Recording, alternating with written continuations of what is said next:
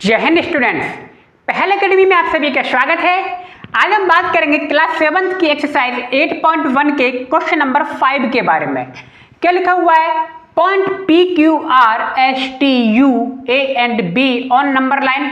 आपको ये point number line पे दिए गए हैं and T R equal to R S equal to S U, ये आपस में क्या है? इक्वल है। And A P P Q और क्यू बी ये आपस में क्या है? इक्वल है। Name the rational number represent by P Q R S. P Q R S पे कौन से रेशनल नंबर्स होंगे ये हमें रिप्रेजेंट करना है, ठीक है, पी क्यू आर एस के। क्लियर? तो आपको देखिए एक नंबर लाइन आपको पहले से दी गई है, क्वेश्चन भी मेंशन है। देखिए 0 लिखा हुआ है या 1 2 3 4 और या ए बी दिया हुआ है और ए बी के बीच में पी क्यू दिया हुआ है, राइट। तो ऐसे यहाँ पे देखिए टी और यू के बीच में आपको एस आर पॉइंट दिया गया है जो कि माइनस का है, यानी कि एस आर माइनस का है और पी क्यू किसका आने वाला है? प्लस का आने वाला है, ठीक है। इन्हीं के हमें रेशनल नंबर लिखने हैं।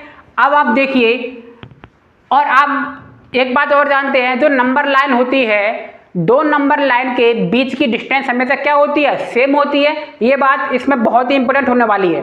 यानी कि जो आप देख रहे हैं ए जे, मान लीजिए ए है और ये क्या है? बी है। तो यहाँ पे ये डिस्टेंस जो होगी पी क्यू की भी दोनों क्या होगी? सेम होंगी कि नहीं? और ऊपर क्या भी रहा है वो A P equal P Q और क्यू बी सेम है। तो आप देख रहे हो डिस्टेंस सेम है। अच्छा कितने पार्ट्स में है? तो आप देखिए ए और बी कितने पार्ट्स में है? 1 2 3 पार्ट्स में है ना। तो हम क्या करेंगे? डिनोमिनेटर एक तरह से 3 आएगा हमारा। तो हमने क्या किया? सम में हमने 3 से क्या कर दिया? मल्टीप्लाई कर दिया न्यूमरेटर और डिनोमिनेटर दोनों में। तो देखिए 0/3 हो गया। 1 है ये, इसमें 3 से ऊपर नीचे मल्टीप्लाई करोगे 3/3 हो जाएगा। ये क्या है? 2 है, ऊपर नीचे मल्टीप्लाई किया तो क्या हो जाएगा? 2 है ना, ये 3 का ऊपर करोगे तो 6/3 हो जाएगा। ये 3 है, 3 का 3 में करोगे 9/3। ये 4 है, 4 का 3 में करोगे तो 12/3 हो जाएगा। ऐसे इस तरफ करेंगे और ये किस में आ जाएगा?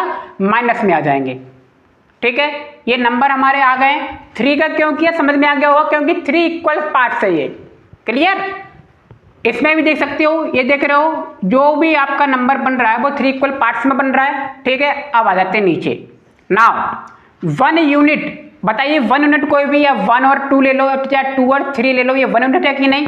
जैसे ये 2 था और ये 3 था, 2 और 3 ये 1 यूनिट है हमारी, और ये 3 इक्वल पार्ट्स में डिवाइड है। तो एक पार्ट इसका क्या होगा? 1/3 होगा कि नहीं होगा? 1 यूनिट A to B मैंने is divided in 3 equal parts. Clear? So each part, बताइए ये इक्वल है कि नहीं? 3 इक्वल पार्ट्स में है और ये कितना होगा? 1/3 होगा कि नहीं होगा? आप मुझे बताएं। 3 इक्वल पार्ट्स में है ना, 3 पार्ट्स में 1/3 में होगा एक पार्ट। एंड 1 यूनिट T से U तक भी देखिए same divided in 3 equal parts, तो ये भी देखिए 1/3 होगा, ठीक है। हमें एक पार्ट की वैल्यू मिल गई 1/3। बस अब हम निकाल सकते हैं P। तो आइए P की बात करते हैं।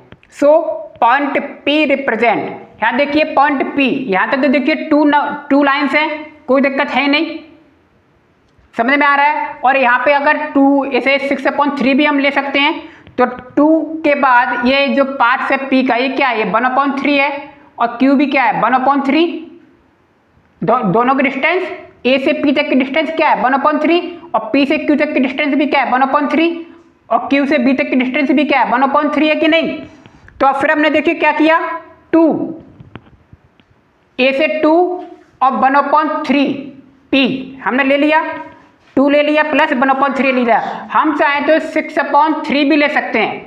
तो अपन देखिए 6/3 ले लोगे और 1/3 इसमें क्या कर दोगे? प्लस कर दोगे, तो इसका भी देखिए 3 एलसीएम आएगा। ऊपर क्या बचा? 6 प्लस का 1 यानी कि 7/3। तो समझ में आ गया 7/3 क्या आ गया। आप 2 प्लस 1/3 भी ले सकते हैं या 6/3 प्लस 1/3 भी ले सकते हैं, क्योंकि A से P तक जो डिस्टेंस है वो 1/3 है, ठीक है। तो A की वैल्यू हमने रख दी और यहाँ पे P की वैल्यू हमने रख दी और दोनों को क्या कर दिया? ऐड कर दिया और हमारा आंसर आ गया 7/3। तो P जो रिप्रेजेंट कर रहा है वो कितने को कर रहा है? 7/3 को रिप्रेजेंट कर रहा है, ठीक है। ऐसे हम क्या करेंगे? Q को भी निकाल सकते हैं। Q को निकालने के लिए आपको क्या करना पड़ेगा? देखिए 2 लिखेंगे हम और फिर क्या लिखेंगे? प्लस P 1/3 और Q तक जाना है प्लस 1/3, या आप चाहें तो 2 को अपन 6/3 कर सकते हो। 1/3 प्लस 1/3। आप क्या करोगे, एलसीएम लोगे, एलसीएम 3 आएगा, क्लियर, और फिर 6 + 1 + 1 इक्वल टू ये आ जाएगा आपका 8/3, यानी कि जो क्यू आएगा आपका वो आएगा आपका 8/3 आएगा। ठीक है, तो आइए अपन क्यू की वैल्यू निकालते हैं, आर और एक्स टी की वैल्यू भी निकालते हैं।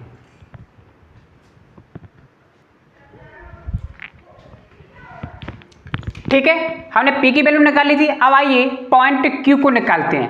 पॉइंट क्यू में क्या करेंगे, देखिए पॉइंट क्यू दिख रहा है 2 आएगा, ये ए की वैल्यू दिख रही है ना, ये 2 के बाद क्या आएगा 1 पी की वैल्यू क्या थी 1/3 और 1/3, तो देख रहे हो ऐड कर दिया हमने 1/3 प्लस 1/3, तो इसका एलसीएम लेंगे, एलसीएम आएगा 3 और सॉल्व करेंगे 6 + 1/1 8/3, एलसीएम लेके किया है। आप ध्यान रखना 2 की जगह आप क्या ले सकते हो 6/3 लेके भी कर सकते हो, 6/3 ले लोगे तो इससे होगा आपको एलसीएम लेना आसान हो जाएगा। ठीक है, 2 की जगह आप क्या ले सकते हो 6/3 भी लिख सकते हो यहाँ पे, तो 6/3 + 1/3 + 1/3 हो जाएगा और सॉल्व करके आ जाएगा 8/3, तो क्यू की वैल्यू क्यों आ गई 8/3 आ गई। पॉइंट आर, अब पॉइंट आर पे आ जाओ, ये नेगेटिव में पॉइंट आर रिप्रेजेंट -1 प्लस, देखिए -1 है प्लस आर निकाला आर ही है, तो 1/3 ऐड करेंगे इसमें, -1 प्लस -1/3, देखिए -1/3 होगा, प्लस का नहीं होगा, तो -1/3 और क्या करना है ऐड करना है, तो ऐड का साइन है, क्लियर। आप -1 की जगह आप 3/3 भी ले सकते हो, -1 की जगह क्या ले सकते हो 3/3 भी लिख सकते हो, तब भी आपका आंसर यही आएगा। तो -1 माइनस प्लस माइनस कर दिया मैंने, क्लियर। तो आप देखिए ये 1 के नीचे कुछ नहीं है तो 1 है, 3 और 1 का एलसीएम लिया 3 आया, और -3 -1 इक्वल टू माइनस क्या हो गए प्लस हो गए, तो आ गया 4/3। ठीक है, ये आपकी आज की वैल्यू आ गई। पॉइंट एस देखिए, अब पॉइंट एस कैसे आएगा, पॉइंट एस आपका यहाँ पर है, तो -1 ये है, -1 प्लस -1/3 प्लस -1/3, बोलो यही होगा कि नहीं होगा, क्लियर। अब -1 की जगह मैंने फिर बताया आपको क्या ले सकते हो आप -3/3 ले सकते हो। ठीक है, एलसीएम लेंगे, पहले तो देखिए मैंने मल्टीप्लाई कर दिया अंदर, ये -1 लिखा था, ये plus minus minus plus minus minus, clear. LCM लिए तो 3 आया और -3 ऊपर आएगा माइनस माइनस, तब देख रहे हो -3 -1 ये टोटल ऐड हो जाएंगे क्योंकि तीनों माइनस के हैं, तो 5/3 आ गया, ये आ गई आपकी एस की वैल्यू।